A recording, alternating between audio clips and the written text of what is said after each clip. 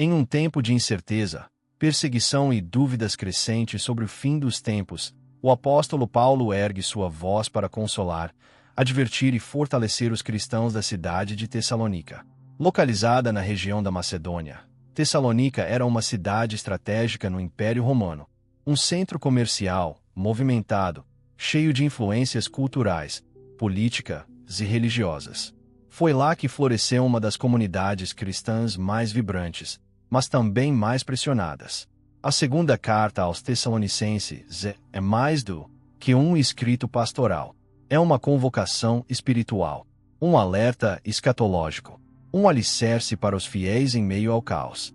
E, sobretudo, uma mensagem atualíssima, especialmente para os nossos dias. Logo no início, Paulo, Silas e Timóteo dirigem-se à igreja com palavras que são, ao mesmo tempo, ternas e firmes. Graça e paz a vocês, da parte de Deus, nosso Pai, e do Senhor Jesus Cristo. Essa expressão, graça e paz, é muito mais do que uma saudação formal. É um resumo do Evangelho. A graça é o favor imerecido de Deus. A paz é o resultado desse favor. Reconciliação com o Criador, mesmo em meio à guerra do mundo. Paulo não escreve apenas para consolar, mas para declarar. A fé da igreja estava crescendo. Mesmo diante da perseguição, eles não recuaram. Mesmo com pressões externas e internas, o amor entre os irmãos florescia. A fé que persevera nas provações é fé verdadeira. E por isso, Paulo diz: nós nos orgulhamos de vocês entre todas as igrejas. Esse é um padrão divino. Em meio à aflição, Deus gera testemunho. No meio da dor, Ele constrói caráter. Não à toa, Jesus disse: bem-aventurados os que são perseguidos por causa da justiça, pois deles é o reino dos céus. Mateus 5:10. Mas Paulo vai além da celebração. Ele introduz um dos temas mais solenes do Novo Testamento, o julgamento final e o retorno glorioso de Cristo. Quando o Senhor Jesus for revelado dos céus, com seus anjos poderosos, em meio a chamas de fogo. Essa imagem não é simbólica.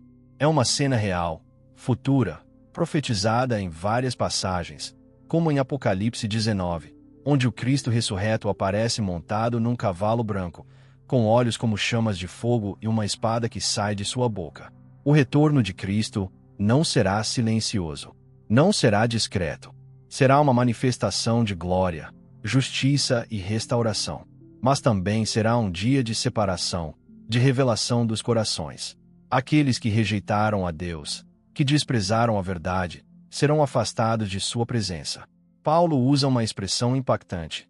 Eles sofrerão punição eterna, excluídos da presença do Senhor e da glória do seu poder. É o maior sofrimento que pode existir. Não físico, mas espiritual. Estar separado de aquele que é a fonte da vida, da luz e do amor. Mas para os que creem, o dia do Senhor será glorioso. Cristo será exaltado em seus santos, e todos os olhos verão sua majestade. Paulo, então, ora para que os fiéis sejam achados dignos. Não por mérito humano, mas pela ação da graça, que transforma fé em obediência, desejo em fruto, esperança em força. E é aqui que ele muda o tom. No capítulo 2, Paulo enfrenta um problema grave.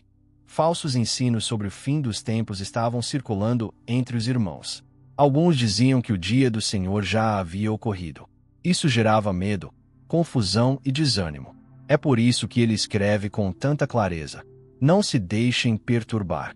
Antes da volta de Cristo, dois eventos precisam acontecer: a apostasia e a revelação do homem da iniquidade.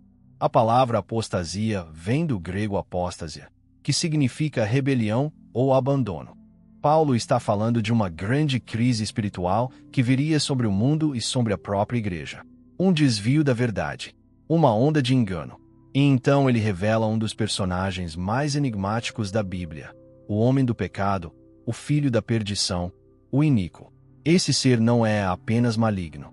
Ele é a personificação da rebelião contra Deus. Ele se opõe a tudo o que é santo. Exalta-se como se fosse divino.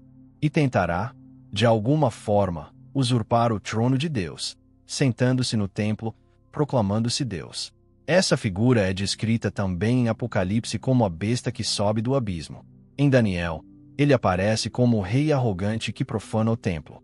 Em João, é o anticristo, aquele que nega o Pai e o Filho.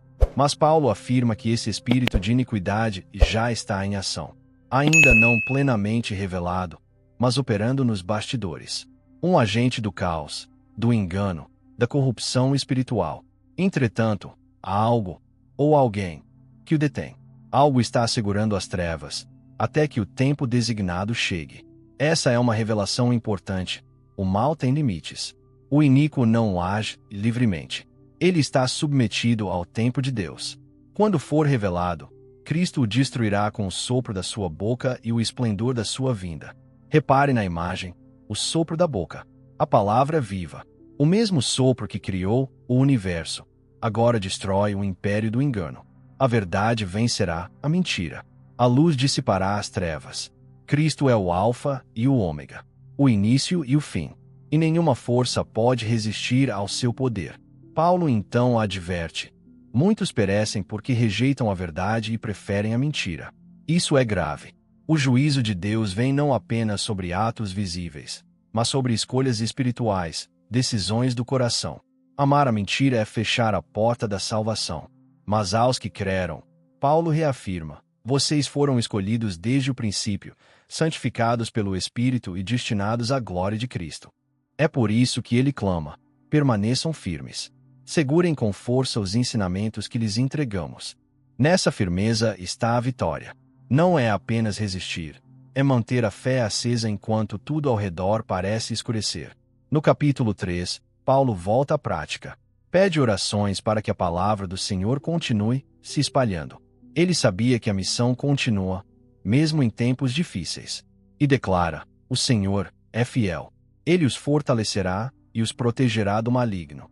Em seguida, ele faz uma exortação direta: evitem a ociosidade. Sigam o exemplo apostólico. Trabalhem com dignidade. Em outras palavras, a espiritualidade verdadeira não é fuga da vida, é viver com responsabilidade, propósito e integridade. E termina com um gesto pessoal. Escreve de próprio punho a saudação final. Paulo não era um líder distante. Era um pai espiritual. Um pastor que cuidava com zelo, mesmo à distância. E sua última palavra ecoa como uma bênção eterna. A graça do Senhor Jesus Cristo seja com todos vocês. Se esta mensagem tocou seu coração, saiba, você não está sozinho. Estamos juntos nessa jornada de descoberta, fé e renascimento espiritual. Obrigado por caminhar conosco até aqui. Nosso compromisso é continuar trazendo à luz as pérolas escondidas da palavra, aquelas que iluminam a alma e aquecem o coração. Inscreva-se no canal, compartilhe este vídeo com alguém que precisa ouvir essa verdade, e ative o sininho para não perder os próximos episódios. Deus te abençoe profundamente. E nunca se esqueça, o reino de Deus está dentro de você.